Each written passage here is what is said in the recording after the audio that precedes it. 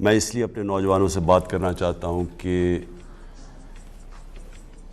یہ جو اس وقت پاکستان ایک فیصلہ کن وقت پہ کھڑا ہے، اس میں آپ کے مستقبل کہ کس طرح کا پاکستان بنے گا، یہ اصل میں اس مستقبل کی جنگ ہے۔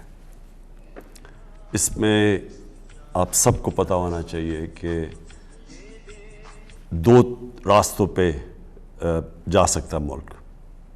جس طرح آپ جب نماز پڑھتے ہیں تو آپ اللہ سے صرف ایک ہی چیز مانگتے ہیں کہ اللہ ان کے راستے پہ لگا جن کو تو نے نعمتیں بخشی، ان کے راستے پہ نہیں جو اپنے تباہی کے راستے پہ نکل گئے۔ تو قوموں کی زندگیوں میں بھی قوم انسانوں کی قوم ہوتی ہے نا، انسانی قوم بناتے ہیں، تو قوموں کی زندگیوں میں بھی یہ فیصلہ کرنا پڑتا ہے کہ ہم نے ایک تباہی کے راستے پہ جانا ہے یا اس راستے پہ جانا ہے جو مشکل بھی ہوگا، جس میں ہر قسم کی آزمائشیں آئیں گی، لیکن وہ ہماری عظمت کا راستہ ہے۔ اور وہ ہمارے نبی صلی اللہ علیہ وسلم نے، میں لوگوں کو اس لیے مدینہ کی ریاست کی بات کرتا ہوں کیونکہ وہ اللہ نے ہمیں حکم اس لیے دیا کہ ان کے راستے پہ چلو، کیونکہ مدینہ کی ریاست ہمارے نبی صلی اللہ علیہ وسلم کا راستہ تھا ہماری بہتری کے لیے، کیونکہ وہ ایک دنیا میں ایک بہت بڑا انقلاب آیا تھا۔ میں نوجوانوں سے بات کر رہا ہوں، آپ ضرور سٹڈی کریں کہ یہ کیا ہوا تھا دنیا میں، تاریخ کا حصہ کہ 622 سے لے کے 632 میں ایک ایسا فکری انقلاب آیا تھا کہ وہ انسان جن کی حیثیت ہی کچھ نہیں تھی وہ دنیا کی امامت کرنا شروع کر دیا۔ یہ ہسٹری ہے، یہ میتھولوجی نہیں ہے، یہ کوئی کہانیاں نہیں ہیں، یہ انسانی ہسٹری کا ایک چیپٹر ہے کہ 10 سالوں میں انہوں نے انسانوں کو بدل دیا تھا۔ صرف کوئی 12 سے 1400 لوگ مرے تھے اس پیریڈ میں، 10 سالوں میں جنگوں میں 12 سے 1400 لوگوں سے زیادہ نہیں مرے، لیکن وہ فکری انقلاب تھا، انسان چینج ہو گئے۔ اور وہ کیوں، کیسے چینج ہوئے، وہ اگر آپ نبی صلی اللہ علیہ وسلم کی زندگی پڑھ لیں، ان کی سیرت پڑھ لیں تو آپ کو سمجھ آئے گی کہ وہ لوگ چینج کیسے ہوئے۔ آج جو پاکستان کی پولیٹکس ہے، 25 سال پہلے میں نے جو شروع کی تھی، وہ آج ادھر پہنچ گئی ہے کہ آج ساری قوم نے اس فیصلہ کرنا ہے کہ ہم نے کدھر لے کے جانا ہے اپنے ملک کو، کیونکہ آپ کے ہاتھ میں، اور نوجوانوں آپ کے ہاتھ میں ہے، کیونکہ آپ نے، اگر آپ رائے حق پہ کھڑے ہوں گے جو اللہ کا حکم ہے، سیدھا راستہ رائے حق ہے، اگر آپ اچھائی کے ساتھ کھڑے ہوں گے، کیونکہ امر بالمعروف حکم ہے اللہ کا کہ اچھائی کے ساتھ کھڑے ہو، برائی کی خلاف کھڑے ہو، رائے حق پہ کھڑے ہو، جھوٹ کے خلاف کھڑے ہو، حکم ہے اللہ کا ہماری بہتری کے لیے۔ جب ایک معاشرہ یہ سچائی اور حق اور اچھائی کے ساتھ کھڑا ہوتا ہے تو وہ معاشرہ زندہ ہو جاتا ہے۔ جب وہ معاشرہ بیچ میں بیٹھ جاتا ہے کہ اچھا جی مجھے تو کچھ نہیں ہے، تو میری زندگی کو تو کوئی فرق نہیں پڑ رہا، تو وہ جب انیکٹیو ہو جاتا ہے، جب وہ کچھ کرتا نہیں ہے، اصل میں وہ برائی کے ساتھ کھڑا ہو جاتا ہے۔ جب وہ نیوٹرل ہوتا ہے اچھائی اور برائی کے بیچ میں، وہ برائی کا ساتھ دینا شروع ہو جاتا ہے اور وہ معاشرے کی تباہی ہوتی ہے۔ جس طرح میں بار بار مولانا رومی کو کوٹ کرتا ہوں، جب انہوں نے کہا کہ ایک قوم تب تباہ ہوتی ہے جب اچھے اور برے کی تمیز ختم کر دیتی ہے۔ وہ ختم کب کرتی ہے؟ کہ جب وہ نیوٹرل ہو جاتی ہے، فیصلہ ہی نہیں کرتی، جب دیکھ رہی ہے کہ ایک طرف ملک کے اوپر کتنی بڑی سازش ہے، اور ثابت ہو گیا سازش کہ بکروں کی طرح نیلامی ہو رہی ہے سیاستدانوں کی جو ملکی لیڈرشپ ہے، اور ان کو خریدا جا رہا ہے ایک گورنمنٹ کو گرانے کے لیے۔ باہر کی سازش، باہر سے سازش شروع ہوئی، یہاں میر جعفر اور میر صادق بیٹھے ہوئے ہیں سودا کرنے کے لیے اپنے ذاتی مفادات کے لیے، ان کے ساتھ مل کے اور گورنمنٹ گرائیں۔ تو آپ ساری قوم کے پاس، نوجوانوں آپ کے لیے خاص طور پہ، آپ کے پاس یہ نہیں کہ آپ چپ کر کے بیٹھے رہیں، آپ کو فیصلہ کرنا ہے، جو بھی آپ سمجھتے ہیں اچھائی کدھر ہے برائی کدھر ہے، آپ کو فیصلہ کرنا ہے، لیکن آپ چپ کر کے اگر بیٹھیں گے آپ برائی کا ساتھ دیں گے۔ میں یہ چاہتا ہوں کہ آپ سب احتجاج کریں، آپ سب اپنی آواز بلند کریں، یہ جو سازش ہو رہی ہے میرے لیے نہیں، اپنے مستقبل کے لیے۔ اگر یہ کامیاب ہو جاتے ہیں تو یہ کیا ہوگا؟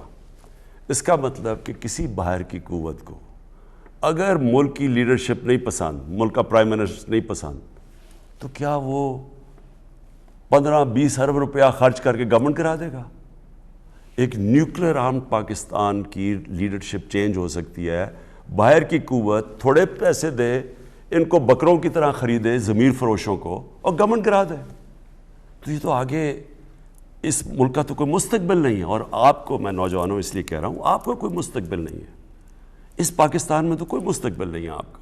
اس لیے تو جو زیادہ پڑھ لکھ لیتا ہے وہ باہر چلا جاتا ہے، لیکن یہ آپ کا ملک ہے، اس کے لیے آپ کو لڑنا پڑے گا۔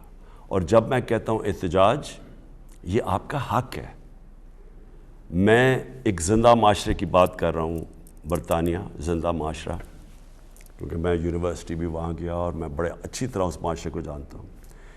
جب انہوں نے ناجائز طریقے سے جھوٹ بول کے ویپنز آف میس ڈسٹرکشن کا نام لے کے عراق کے اوپر حملہ کیا، تو 20 لاکھ لوگ نکلے احتجاج کرنے کے لیے، پرامن احتجاج، کوئی گملہ نہیں ٹوٹا، کوئی توڑ پھوڑ نہیں، پرامن احتجاج، کیونکہ انہوں نے کہا یہ آپ غلط کر رہے ہیں، یہ برائی ہے کہ جھوٹ بول کے کسی قوم کے اوپر حملہ کرنا۔ 20 لاکھ لوگ نکلے اور میں ان کے ساتھ واک کی، اور کسی پارٹی نے نہیں ان کو نکالا، وہ خود نکلتے تھے، گاڑی سے نکلتے تھے، بس سے نکلتے تھے، اپنا انہوں نے ایک پلے کارڈ اٹھایا ہوا تھا، اس پہ کہا تھا کہ میں جنگ کے خلاف ہوں، اور وہ چلنا شروع کر دیتے تھے۔ زندہ قوم، یہ اللہ کا حکم ہے آپ کو، امر بن معروف، کہ آپ اچھائی کے ساتھ کھڑے ہوں گے اور آپ اپنے مستقبل کو بچانے کے لیے کھڑے ہوں گے۔ اور پھر میں آپ کو ریپیٹ کر دوں کہ جو آپ کا احتجاج ہوگا وہ پرامن ہو، کسی قسم کا اپنے ملک کو نقصان نہ پہنچائیں۔ یہ ہمارا ملک ہے، ہم جب توڑ پھوڑ کرتے ہیں ہم اپنے لوگوں کا، اپنے ملک کا نقصان پہنچاتے ہیں۔ لیکن پرامن احتجاج، یہ اس سے سب سے بڑا خوف ہوتا ہے اس طرح کے غداروں کو، اس طرح کے غداروں کو جب پتہ چلتا ہے، یہ سب سے بڑا، جب قوم ایک کھڑی ہو جاتی ہے سچائی کے ساتھ، حق کے ساتھ، اچھائی کے ساتھ، یہ سب سے بڑا خوف ہوتا ہے ایک معاشرے میں ان لوگوں کو، ان غداروں کو جو اپنے ضمیر کا سودا کر چکے ہوتے ہیں، اپنے ذاتی مفادات کے لیے ملک کو غلام بنا دیتے ہیں۔ اس برے صغیر کی تاریخ میں بار بار بتا چکا ہوں، میر جعفر اور میر صادق کون تھے؟ ایک نے، میر جعفر نے انگریزوں کے ساتھ مل کے ایک مسلمان جو حاکم تھا سراج الدولہ، اس کو میر جعفر نے انگریزوں کے ساتھ مل کے گرایا، اس کو فائدہ ہوا ذاتی طور پہ، اور قوم ان کی غلام ہوگی۔ اور جو مشکلات گزری وہ بنگال کے، اس کے بعد آپ تاریخ پڑھیں، جو لوگوں کا انہوں نے خون چوسا، اور اسی طرح ٹیپو سلطان کو گرانے والا انگریزوں کے ساتھ مل کے میر صادق تھا۔ تو کبھی تاریخ ان کو نہیں بھولی، ان غداروں کو، اور تاریخ، میں یہ چاہتا ہوں کہ تاریخ ان غداروں کو نہ بھولے۔ پاکستان کی تاریخ یہ سمجھتے ہیں کہ جی لوگ تھوڑی دیر میں بھول جائیں گے، آپ کی ذمہ داری ہے نوجوانوں، آپ نے ان کو بھولنے نہیں دینا کہ جس طرح کی انہوں نے بے شرمی سے غداری کی ہے اس قوم کے ساتھ، ثابت ہو گیا کہ یہ باہر سے پوری سازش تھی، یہ ثابت ہو گیا۔ ہمارے پاس نیشنل سیکیورٹی کمیٹی نے، کیبنٹ نے، سب نے وہ ڈاکیومنٹ دیکھ لیا ہے۔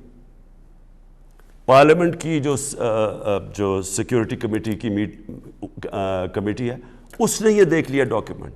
یہ جو میں آپ کو کہہ رہا ہوں یہ آفیشیل ڈاکیومنٹ ہے کہ عمران خان کو اگر آپ ہٹائیں گے تو امریکہ کے تعلقات آپ سے اچھے ہوں گے۔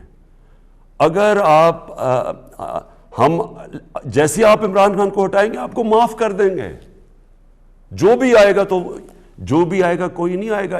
ان کے ساتھ سازش جن کے ساتھ ہوئی، پہلے سے ہی پتہ ہے کہ عمران خان ہٹے گا تو وہ شہباز شریف جو اچکن سروائی ہوئے وہ پہنچ جائے گا، جس کے اوپر اربوں روپے کے چوری کے کیسز ہیں، وہ پہنچ جائے گا، اور اس کے بعد ہمارے تعلقات ٹھیک ہو جائیں گے۔ یعنی کہ وہ وفاداری سے ہماری غلامی کرے گا۔ اس نے کل ٹی وی پروگرام میں کہہ بھی دیا ہے، بیگرز آر ناٹ چوزرز، اس کا کیا مطلب ہے کہ یعنی جو غریب لوگ یا جو مانگنے والے ہوتے ہیں وہ غلام ہوتے ہیں. یعنی اس نے 22 کروڑ لوگوں کو غلام بنا کے رکھ دیا کہ پہلے سے تیار ہو گیا کہ ہم تو کیونکہ ہم بڑے غریب ہیں. تو اس سے کوئی پوچھے کہ یہ غربت آئی کیسے ہے؟ 30 سال سے تو آپ باریاں لے رہے ہیں, تو کس نے ملک کو غریب کیا ہے؟ اور کیونکہ ہم غریب ہیں تو ہم غلامی کریں. ان کا وہ ایک خواجہ آج سے وہ سٹیٹمنٹ دیتا ہے کہ جی پاکستان لائف سپورٹ مشین پہ ہے, اس لیے ہمیں امریکہ کی غلامی کرنی پڑے گی. لائف سپورٹ مشین نے کس نے ڈالا ہے پاکستان کو؟ کون وہ حکومتیں جو 30 سال حکومت کر رہے تھے؟ یہی جو 3 اسٹوجز یہ مل کے 30 سال حکومت کر رہے تھے. تو آپ ہی نے تو ملک کو یہاں پہنچایا اور آپ کہہ رہے ہیں کہ امریکہ کی غلامی کرو. تو میں نوجوانوں آپ کو بات جو آخر میں کہتا ہوں, اس کے بعد میں سوالات لیتا ہوں لوگوں کے, کہ دیکھیں قومیں وہ کہتے ہیں نا وہ طفل کیا گرے گا جو گھٹنوں کے بل چلے. پہلے اگر آپ گھٹنوں کے اوپر آپ نے کیا کرنا ہے؟ جو قوم کے اندر خودداری نہیں ہے, جس میں جس کی عزت نفس بڑی نہیں ہے, غیرت نہیں ہے, وہ قوم کبھی بھی اوپر نہیں جا سکتی.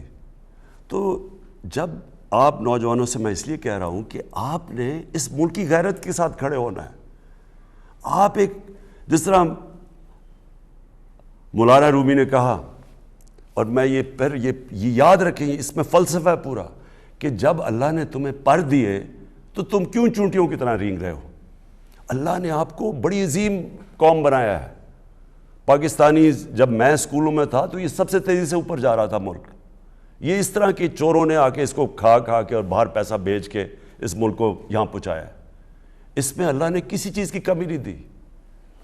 تو جب آپ کو اللہ نے صلاحیتیں دی ہیں اتنی زیادہ, جدھر باہر جائیں بڑے بڑے عہدوں پہ آؤٹ اسٹینڈنگ پاکستانیز بیٹھے ہوئے ہیں, جو جا کے ان کو جب ایک نظام ٹھیک ملتا ہے اٹھ جاتے ہیں. یہاں ایسے ایسے زبردست پوٹینشل ہمارا ہے, تو ہم کیوں چونٹیوں کی طرح رینگ رہے ہیں ان طرح کے لوگوں کی؟ جب ایک قوم کو اس طرح کے حکمران مل جائیں جن کا صرف مقصد ہو کہ اپنی چوری کرو, چوری کا پیسہ باہر بھجواؤ, باہر کا پیسہ پڑا ہو جن ملکوں کے اندر, آپ کی کبھی جرت نہیں ہوگی کہ ادھر سے جو وہاں سے حکم آیا آپ نہ مانیں, کیونکہ وہ آپ کا پیسہ ضبط کر لیں گے. جس طرح آج روسیوں کے پیسے اور ان کی پراپرٹی ضبط کی جا رہی ہیں, اس لیے ان کو بھی ڈر ہے. تو یہ ہمیشہ ان کی غلامی کریں گے اور ساری 22 کروڑ لوگوں کو آپ کے مستقبل کو غلام بنا دیں گے. تو میں چاہتا ہوں کہ آج اور کل میں آپ سب کا چاہتا ہوں کہ آپ احتجاج کریں. آپ اپنے ملک کی ایک آزاد خوددار پاکستان کے لیے, ایک آزاد خوددار پاکستان جس میں آپ کا مستقبل ہے, اس کے لیے میں سب کو چاہتا ہوں کہ پرامن آپ سب احتجاج کریں. جی وزیر اعظم پاکستان عمران خان صاحب سے اب آپ بات کر سکتے ہیں. ٹیلی فون نمبر ہے 051-922-4900. ایک مختصر سا وقفہ لیں گے, وقفے کے بعد آپ کی ٹیلی فون کالز. کیسز ہیں ان کے, ہم نے نہیں بنائے, ان کے اپنے دور کے بنے ہوئے ہیں, اور صرف یہ غداری ملک سے کریں اپنی ذاتی مفادات کے لیے. اس لیے آپ کو سب کو نکلنا چاہیے, بتانا چاہیے کہ ہم زندہ قوم ہیں. جہاں تک آپ نے بتایا غداری کا مقدمہ, میں اپنے وکیلوں کے ساتھ آج سارا دن بیٹھا ہوں. ہمارا پلان بنا ہوا ہے. ہم کسی صورت اس طرح کی جو انہوں نے ہمارے ملک کے ساتھ غداری کی ہے, وہ کسی صورت ہم نہیں جانے دیں گے اس کو. ان کے اوپر ایک کے اوپر ہم کیس کریں گے. لیکن میں وکیلوں کے ساتھ دیکھ رہا ہوں کہ اس کا بہترین طریقہ کیوں ہے, کیونکہ ہم نے قانون بھی دیکھنا ہے. تو وہ ہم دیکھ رہے ہیں. آج رات تک ہم فیصلہ کریں گے کہ ہم نے کس طرح کا لیگل ایکشن لینا ہے. پرائم منسٹر صاحب, سوشل میڈیا سے ایک سوال آیا ہے. کچھ لوگ جو ہیں ہماری افواج کو سوشل میڈیا کے اوپر تنقید کر رہے ہیں. اس پہ آپ کی کیا رائے ہے؟ آپ ان لوگوں کو کیا کہنا چاہیں گے جو اپنی فوج کے حوالے سے سوشل میڈیا پر تنقید کر رہے ہیں؟ دیکھیں میرے پاکستانیوں, ایک چیز یاد رکھنا, آج اس ملک کو دو ایسی فورسز ہیں جو اس کو اکٹھا رکھ رہی ہیں. ایک ہے پاکستان کی فوج, کیونکہ پاکستان کی فوج ہمیں فخر ہے, ایک مضبوط فوج ہے, پروفیشنل آرمی ہے. وہ ایک ملک کو اکٹھا رکھ رہی ہے کیونکہ جس طرح کے ہمارے دشمن ہیں وہ پوری کوشش کرتے رہے ہیں کہ ملک 3 حصوں میں ہو جائے، ٹوٹ جائے، تو ایک مضبوط فوج اس ملک کے لیے بہت ضرورت ہے۔ اور دوسرا جو ملک کو اکٹھا رکھ رہا ہے وہ ہے تحریک انصاف۔ وہ کیوں؟ کیونکہ اس وقت ایک ہی پارٹی ہے جو ایک نیشنل پارٹی ہے پاکستان میں، سارے صوبوں کے اندر ہے۔ باقی تو پارٹیز اب چھوٹی ہو کہ بالکل چھوٹی سی رہ گئی ہے۔ ایک وقت ہوتا تھا کہ وہ کہتے تھے جی بے نظیر ملک کی زنجیر، وہ تھی پیپلز پارٹی، سارے ملک میں تھی۔ آج اب حالات دیکھ لیں ان پارٹیز کی، ختم ہو گئی ہیں۔ ابھی پختونخوا میں الیکشن ہوا ہے لوکل گورنمنٹ، نام و نشان ہی دونوں پارٹیز نون لیگ اور پیپلز پارٹی کا ختم ہو گیا، وہاں سے تحریک انصاف سویپ کر گئی ہے۔ اس لیے کہ لوگ اس کو ایک نیشنل پارٹی سمجھتے ہیں، یہ سارے ملک کو ریپرزینٹ کرتی ہے۔ تو یہ دونوں کے فورسز کے خلاف یہ سازش، یہ ہے ہی پاکستان کے خلاف سازش۔ کمزور یہ کرنا چاہتی ہے کہ ایک تحریک انصاف کو کسی طرح اگر مجھے ہٹائیں اور یہ پارٹی کو کمزور کریں، گورنمنٹ کو کمزور کریں، اور دوسرا کہ پاکستانی فوج کے خلاف کسی طرح لوگ متنفر ہو جائیں۔ ہمیں اس فوج کی بہت ضرورت ہے، انہیں بڑی قربانیاں دی ہیں ہمارے لیے، قربانیاں ہر روز دے رہے ہیں۔ میں سب سے چاہتا ہوں کسی قسم کی تنقید اپنی فوج کی نہ کریں۔ اگلے کالر ہمارے ساتھ۔ جی السلام علیکم۔ جی السلام علیکم۔ لگتا ہے کہ ہماری آواز نہیں جا رہی۔ آپ نمبر میں لا رہے ہیں 051-922-4900 اور آپ کی کالز آ رہی ہیں۔ براہ راست آپ بات کر رہے ہیں وزیر اعظم پاکستان عمران خان صاحب سے۔ کالر اب ہمارے ساتھ ہیں۔ جی السلام علیکم۔ ہیلو جی کیا نام ہے جی آپ کا، کہاں سے بات کر رہے ہیں آپ؟ ڈسٹارشن ہو رہی ہے جی آپ کی آواز آ رہی ہے جی، آپ مخاطب ہیں وزیر اعظم عمران خان صاحب سے۔ جی ڈسٹارشن ہو رہی ہے۔ اچھا چلیں آپ دوبارہ کوشش کر لیں، پھر ہم اس مسئلے کو ٹھیک کرتے ہیں۔ زمانے کے انداز بدلے گئے، نیا راگ ہے پر ساز بدلے گئے، خرد کو غلامی سے آزاد کر، جوانوں کو پیروں کا استاد کر۔ ٹیلی فون نمبر ہے 051-922-4900۔ اور سوشل میڈیا پر ایک اور سوال آیا ہے کہ اپوزیشن کہتی رہی ہے، پہلے دن سے ہی کہتی رہی ہے کہ آپ اکانومی جو ہے اس کو ٹھیک طرح سے نہیں چلا رہے، اور ان کے مطابق تحریک عدم اعتماد لانے کی وجہ یہ مہنگائی اور یہ اکانومی کا گر جانا ہے۔ اس پہ آپ کیا کہیں گے؟ دیکھیں، سب سے پہلے تو میں پھر سے چاہتا ہوں کہ ماہرین بیٹھیں، اکانومی کے ماہرین بیٹھیں اور وہ موازنہ کریں کہ یہ 3.5 سال کے دور میں تحریک انصاف نے کیا کیا، اور اس سے پہلے جو 10 سال یہ دونوں پارٹیز کرتی رہی ہیں انہوں نے کیا کیا۔ تو آپ کو سب سے پہلی چیز پتہ چلے گی، اب تو بڑا آسان ہے، آپ کے پاس موبائل فون کے اوپر بھی فیکٹس اور فگرز آ جائیں گے، اعداد و شمار آ جائیں گے کہ پیپلز پارٹی کے دور میں 8 سے لے کے 13 تک کتنی مہنگائی تھی، اور تحریک انصاف کے 3.5 سال میں کتنی مہنگائی ہے۔ آپ حیران ہوں گے آپ کہ ان کے دور میں زیادہ مہنگائی تھی۔ ہمارے دور میں جو مہنگائی ہے، ہمارے سے زیادہ مہنگائی تب تھی، لیکن آج عالمی مہنگائی ہے، عالمی منڈی میں ہر چیز مہنگی ہے، تیل کی قیمت آسمانوں پہ ہے، اس کی وجہ سے بجلی کی قیمت بڑھتی ہے، اس کے علاوہ یہ جو گھی ہے، گھی دگنی سے بھی زیادہ اس کی قیمت ہو گئی ہے، دالوں کی قیمت دگنی ہو گئی ہے، گندم آج کتنی۔ صرف موازنہ کر لیں کہ آج جس طرح کی عالمی مہنگائی 40 سال میں اتنی مہنگائی امریکہ میں نہیں تھی جو اب ہے، برطانیہ میں 30 سال، جرمنی، یورپ، تب تو مہنگائی تھی نہیں ان کے دور میں۔ نون لیگ کے دور میں 5 سال میں مہنگائی ہمارے سے کم تھی، اس سے تقریباً 3 گنا کم پیٹرول کی، ڈیزل کی، تیل کی قیمت تھی۔ تیل جب بڑھتا ہے سب کچھ بڑھ جاتا ہے۔ تو اس لیے ایک تو یہ چیک کریں، پھر دوسرا میں اپنی ساری قوم کے سامنے رکھنا چاہتا ہوں، پاکستان میں تاریخی ایکسپورٹس ہوئی۔ ملک تو آگے بڑھتا ہی تب ہے جب اس کی ایکسپورٹس بڑھے، تاریخی ایکسپورٹس۔ پچھلے 5 سال میں ہمارے آنے سے پہلے ایکسپورٹس 0% بڑھی نہیں۔ جو بھی نون لیگ کا پہلا دور تھا کوئی ایکسپورٹس نہیں بڑھی، پیپلز پارٹی کے دور پھر بھی بڑھی، ہمارے دور میں تاریخی ایکسپورٹس بڑھی۔ ہماری ٹیکس کلیکشن تاریخی ہے۔ کیوں ٹیکس کلیکشن؟ لوگوں نے اتنا ٹیکس دیا ہے کیونکہ لوگوں کو اعتماد ہے کہ عمران خان پیسہ چوری کرتا نہیں ہے, ان کا ٹیکس کا پیسہ ان پہ لگائے گا. جو بھی ہم نے پیٹرول اور ڈیزل اور بجلی کی قیمت کم کیا, ہم نے 250 ارب روپیہ جو ہم نے مزید زیادہ ٹیکس کا اکٹھا کیا تھا, ہم نے عوام پہ لگا دیا.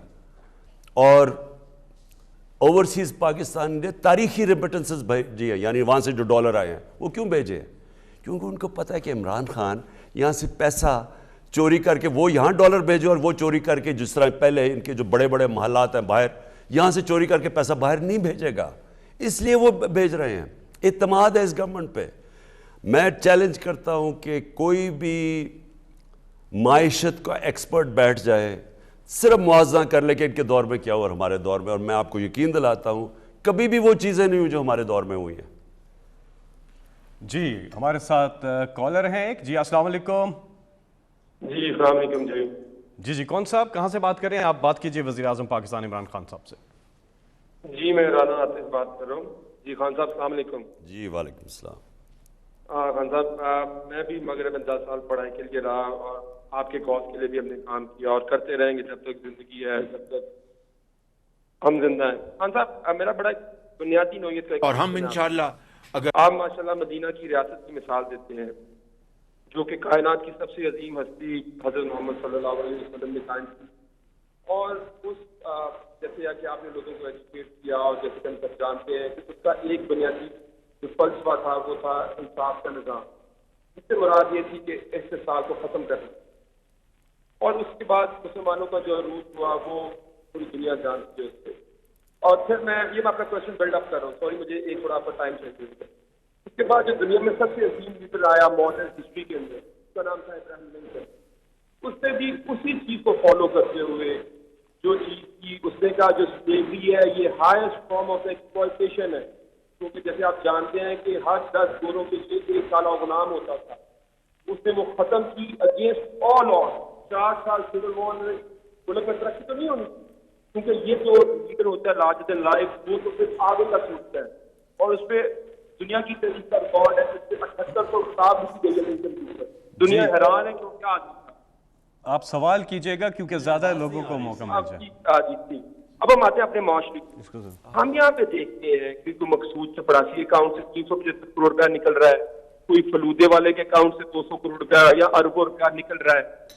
اور نواز شریف صاحب یہاں سے دنیا کی تاریخ میں یہ بھی واقعہ ہے کہ ایک کنوکٹڈ مجرم اس ملک کی جوریسڈکشن سے باہر چلا جاتا ہے. تو ہم آپ سے پاکستانی, آپ کے خیر خواہ اور آپ کے لیے کھڑے رہنے والے آپ سے سوال پوچھتے ہیں کہ ہم کیسے یہ انشور کریں گے کہ اس ملک میں رول آف لا آئے, وہ نظام آئے جہاں پہ یہ طاقتور جو کہ لوگوں کی ایکسپلائٹیشن کرتے ہیں وہ اس نظام کے نیچے آئے, اور انشاءاللہ جب آپ یہ سروائیو کر جائیں گے وہ ٹو کانفیڈنس. جی میں سمجھ گیا. میں دیکھیں مدینہ کی ریاست میں, اور میں نوجوانوں کو خاص طور پہ سمجھانا چاہتا ہوں کہ وہ ماڈرن ریاست تھی. اس کے جو سارے پرنسپلز تھے وہ آج جو بھی ملک ترقی کر رہا ہے اور خوشحال ملک ہے وہ سارے انہوں نے وہ اصولوں کے اوپر چل رہے ہیں, اس لیے ترقی کر رہے ہیں, اس لیے خوشحال ہیں. مسلمان ملکوں کے حالات برے کیوں ہیں؟ کیونکہ ہم ان اصولوں پہ نہیں چل رہے ہیں. یہ جو ابھی کالر نے بات کی ہے کہ ہم کر کیا رہے ہیں, ہم بات کرتے ہیں کہ ہم مسلمان ہیں, جو ہم کام کر رہے ہیں اس سے اسلام کا تعلق نہیں ہے. نبی صلی اللہ علیہ وسلم نے کہا سب سے بڑا بنیاد جو مدینہ کی ریاست کی بنیاد رکھی گئی تھی وہ 3 چیزوں پہ تھی. نمبر 1 انصاف, نمبر 2 انسانیت, فلاحی ریاست, اور جو نمبر 3 تھا وہ خودداری تھی. یہ ان پہ خوددار قوم تھی. کبھی بھی 2 سپر پاورز تھی اس وقت مدینہ کے دونوں طرف, کبھی انہوں نے نہیں سوچا کہ کسی کے سامنے ہاتھ پھیلائیں, بھیک مانگیں, ڈریں, خوف زدہ ہوں. بلکہ ہمارے نبی صلی اللہ علیہ وسلم نے ابھی 5 سال ہی ہوئے تھے مدینہ میں, انہوں نے خط لکھا دونوں سپر پاورز کے سربراہوں کو کہ میں اللہ کا پیغام لے کے آیا ہوں, سچ کا پیغام, آپ کی بہتری ہوگی کہ اس پہ چلیں. عظیم لیڈر تھے, لا الہ الا اللہ پہ چلتے تھے, اللہ کے سوا کسی کو خدا نہیں مانتے تھے. یہ نہیں کہ جی بیگرز آر ناٹ چوزرز, ہم تو ہیں جی غریب ہیں, ہم تو غلامی ہماری ذہن میں ہے, یعنی یہ جو شہباز شریف نے کہا ہے یہ ہے ہی غلام. کیونکہ یہ شرک کرتے ہیں, یہ پیسے کی پوجا کرتے ہیں. یہ سب سے بڑا شرک ہوتا ہے کہ جب آپ اللہ کے سامنے کسی اور کو کس سامنے جھکیں, پیسے کی پوجا, خوف کی پوجا, جی ہمیں وہ تباہ کر دے گا, وہ اگلا کہتا ہے جی لائف سپورٹ مشین پہ ہے, وہ ہم مر جائیں گے گھر میں. کیا یعنی آپ کو مر جانا چاہیے اگر آپ نے اسی طرح زندگی گزارنی ہے. اس سے تو بہتر ہے کہ موت بہتر ہے. تو میں جو آپ کو کہتا ہوں کہ ہمیں اس ملک میں جو سب سے بڑی سٹرگل ہے وہ ہے رول آف لا, قانون کی حکمرانی, طاقتور کو قانون کے. جو انہوں نے کہا تھا کہ بڑی قومیں تباہ ہوئیں, میں صرف آپ کو یہ ایک ہی چیز یاد رکھ لیں, بڑی قومیں تباہ ہوئیں جب طاقتور چوری کرتا ہے تو اس کو پکڑا نہیں جاتا, اس کو انصاف کے نیچے نہیں لایا جاتا, لیکن چھوٹا چور کو پکڑ کے جیل میں ڈال دیتے ہیں. یہ ہوتی ہے تباہی. ایک قوم کی تباہی کا سبب ہوتا ہی یہ ہے کہ بڑے ڈاکو کو اپنا پکڑے. اور یہ جو سارے ڈاکو اب مل کے, یہ ساری سازش ہے کیا؟ چوری اپنی بچانے کے لیے ہے, NRO کے لیے سازش ہے. اور یہی پہ میں کھڑا ہوں پہلے دن سے. جنرل مشرف نے ظلم کیا اس ملک پہ جب ان چوروں کو اس نے NRO دیا, جو ملک کو نقصان پہنچا. 4 گنا ہمارا قرضہ بڑھا ہے. آج جو ہمیں سب سے زیادہ مشکلیں پڑی ہوئی ہیں وہ قرضے کے اوپر, وہ سود دینے میں ہمارے پاس اتنا پیسہ نہیں بچتا کہ عوام کے اوپر خرچ کریں. جی آپ کی کالز آ رہی ہیں. علامہ اقبال کا ایک شعر ہے کہ سبق پھر پڑھ صداقت کا, عدالت کا, شجاعت کا, لیا جائے گا تجھ سے کام دنیا کی امامت کا. کالر ہمارے ساتھ ہیں. جی السلام علیکم. وعلیکم السلام. شاہد رضا نیو یارک سے بات کر رہا ہوں. جی بات کیجیے وزیر اعظم سے. السلام علیکم. جی وعلیکم السلام. جی میں 30 سال سے دیاری نہر میں ہوں اور مڈل ایسٹ میں بھی مزدوری کرتا رہا, محنت مزدوری کر کے یہ مقام حاصل کیا. وقت عزیز میں حلال کی کمائی سے اپنے اور اپنے گھر والوں کے ساتھ انویسٹمنٹ بھی کی. میں نے بھی پچھلے دنوں یہ شہباز شریف صاحب کا ایک بیان سنا جس میں بیکرز آر ناٹ چوزر, انہوں نے کہا یعنی کہ قوم کو بھکاری سمجھ دے. تو میرا آپ سے یہ سوال ہے کہ ہمارا وزیر اعظم بیکرز آر ناٹ چوزر پر کتنا یقین رکھتا ہے؟ اوورسیز پاکستانی جو کہ ایک سیلف میڈ لوگ ہیں ان کو ایسی سوچ سے شدید تکلیف ہوتی ہے. اور اس کے ساتھ وزیر اعظم صاحب آپ کا ایک مشہور جملہ ہے کہ گھبرانا نہیں. میں آپ کو یہ بھی کہتا ہوں کہ اوورسیز پاکستانی اور پاکستانی قوم آپ کے ساتھ چٹان کی طرح کھڑی ہے. آپ نے بھی